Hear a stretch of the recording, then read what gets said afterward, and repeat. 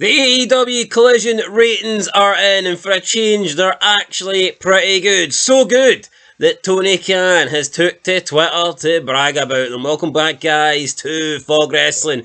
We do not brag. We never brag about AEW. But this week, credit to them, AEW Collision actually got a good rating. Now, Tony Khan did tweet about this. He says, quote, "We celebrate the 5-year anniversary of AEW this Sunday. Hashtag AEW Double or Nothing pay-per-view. This past Saturday, AEW Collision on TNT had the biggest audience since September 2023. It's great news. I was wondering where the fast nationals were. See you all for the go-home AEW Dynamite tomorrow on TBS." End of quote. So, interesting that Tony Khan is actually coming out from under his rock to talk about ratings, because he hasn't mentioned the Dynamite ratings in like the past 8 weeks, apart from the little pop that they got when they showed the CM Punk stuff. And talking about CM Punk, this is actually the highest feud Collision since CM Punk got fired in September. So the question is, why? Because it was a shit show and it was taped and nothing happened. Yeah, and that points towards bad ratings. We all knew the spoilers like on what, Thursday? And I mean, looking at the spoilers as I went through on one of the streams, it was uneventful to say the least. You watched it. Was it uneventful? I didn't watch it. Recapped it? I recapped it. But it was an uneventful recap. Yeah, I read the results. I mean, you got Daniel Bryan teaming up with FTR. That wants me to go to sleep straight away. This is why Tony Khan should just shut up, man, right? Like, why come out and only talk about the ratings when they're... I mean, is this... Well, it's decent, yeah. It's the best one since September, but that Jack Perry one in Punk, that was pathetic. I get it, right? He does strike me as the sort of guy, and he is the sort of guy that's only going to sing when he's winning. But, like, just do what Triple H does. Don't acknowledge Take it on the nose. I take it in the nose. Vince never bothered. Don't acknowledge it. Why can't he just talk about the show and what happened? Yeah, but you know what? That Punk shit was embarrassing because it was such a small increase. Yet he was on Twitter fucking ranting and raving about it. You'd have thought that showing that backstage shit got him an extra like 500,000. I mean, 10 million? I think it was up like 57,000 or something like that on the previous week. I mean, it was hardly worth celebrating. Anyway, this week's Collision did 523,000 viewers, and woo. I remember a time where Tony Khan took a shot at NXT and he bashed WWE because it was the first time that Cena and Undertaker had ever been on a show that had less than 1 million viewers. And it's like, even those words, I mean, did he not realise that the same week when he was saying that shit, Edge was on a show for the first time ever that had under 1 million viewers when Dynamite did 600k. And since then, we've seen like how bad has some of these ratings been for Collision, where some of the big stars like Bryan Danielson have been on. Yeah. It just didn't make any sense. And not just being on, they're wrestling on. There's actually, like, they're in stories, like... Main events as well. With Taker and Cena, it was just a wee... It was a random cameo appearance. Yeah. You look at, like, Adam Copeland and Bryan Danielson, they are the main selling points of these shows. So I thought that was, I don't know, it just never... His words come back to haunt him. Like, you can't bash Cena and Taker. Oh, look, they appeared in NXT. First time they've ever been on a show with under 1 million viewers, and then it's like the kettle calling the pot black, you know? It's like, well, you've also got Adam Copeland on Dynamite, who'd never been on a show with under 100,000 viewers, 1 million viewers, but, you know, there you go. Anyway, this week's Collision did do 523,000 viewers, which is up 38% on last week's. That's a massive increase, 38%. That's more than a third.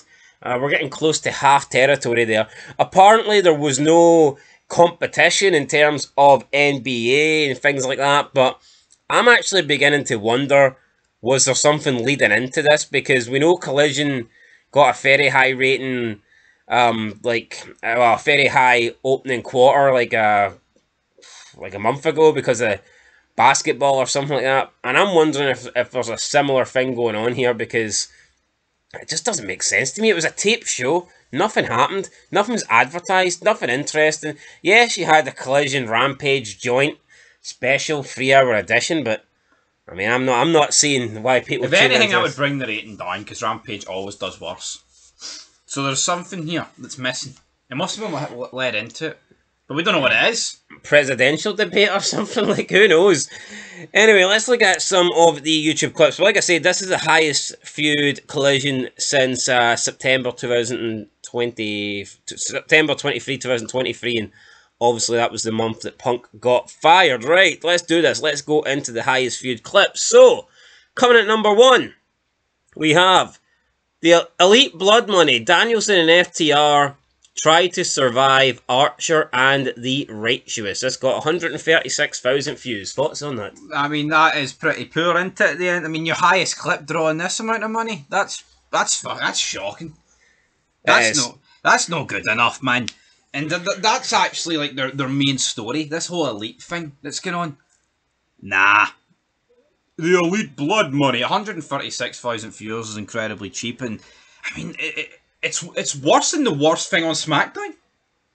Yeah, I mean, AEW's best viewed clip is lower than SmackDown's worst viewed clip, so it is what it is. In second place, we have the aerial assassin, Will Ospreay, seeks revenge against STP's Shane Taylor. This got 129,000 views. Don't care about Shane Taylor. Don't care about Will Ospreay. And then after that, everything else had under 100k, and some things had well under 100k, some things had under 50. Third place, Orange Cassidy facing Private Party. I mean, this match made me laugh. Orange Cassidy versus Isaiah Cassidy. I get it. The spellings are different, but it's two guys with the fucking same name. When would this ever happen unless they were brothers or something back in the day? Yeah.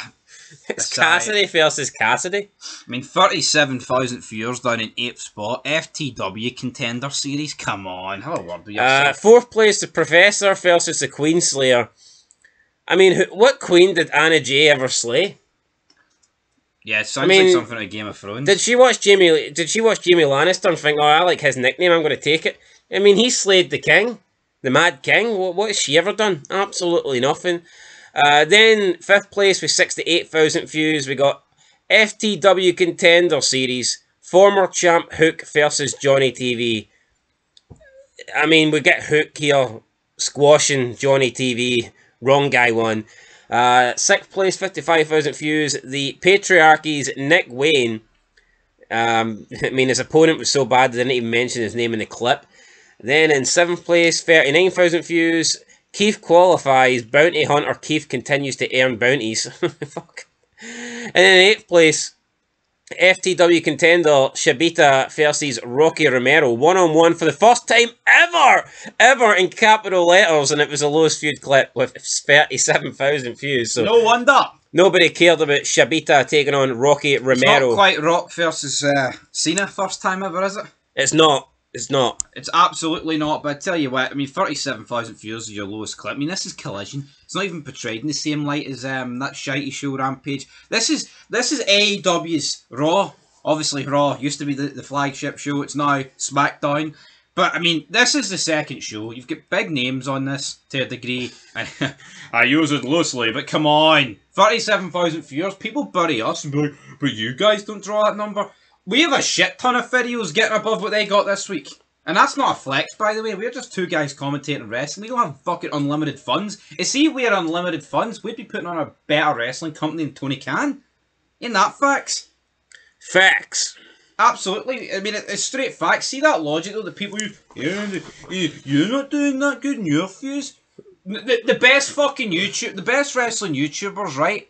Don't do as good as AEW and WWE. And nor should they.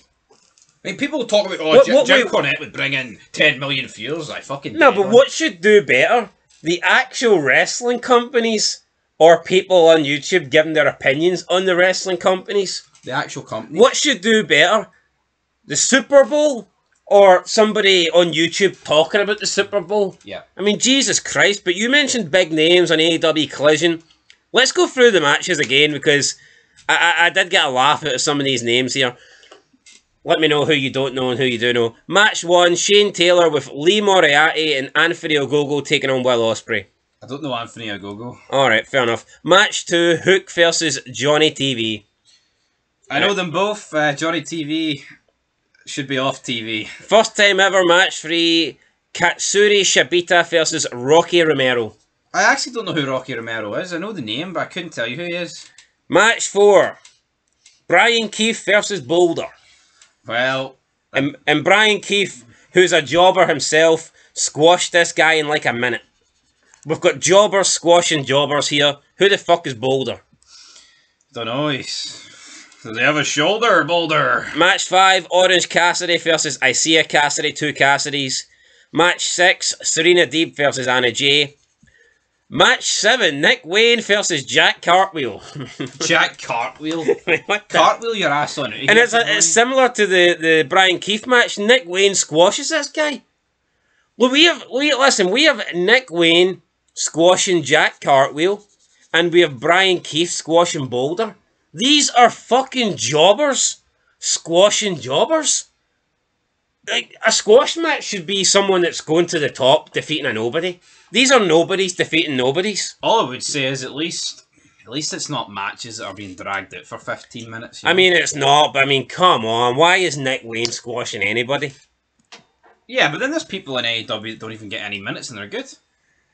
Madness, guys. Absolute madness. Anyway, there you go. That is the AEW Collision rating. I mean, it was okay. Pretty decent. Best they've done in, nearly 8 months. I wonder why. Need to do a wee bit more research into that, because it wasn't a good show. Plus, it was a taped show as well, so I would just assume that the taped shows are going to do a lot worse, because you already know what's happening. It's less, you're less likely to watch it. But we'll see. Give Tony Khan a bit of credit, I guess. Give AEW a bit of credit, and we'll be here to bash them on Thursday when the Dynamite ratings come out. Absolutely. Till next time. I'll be there. Peace.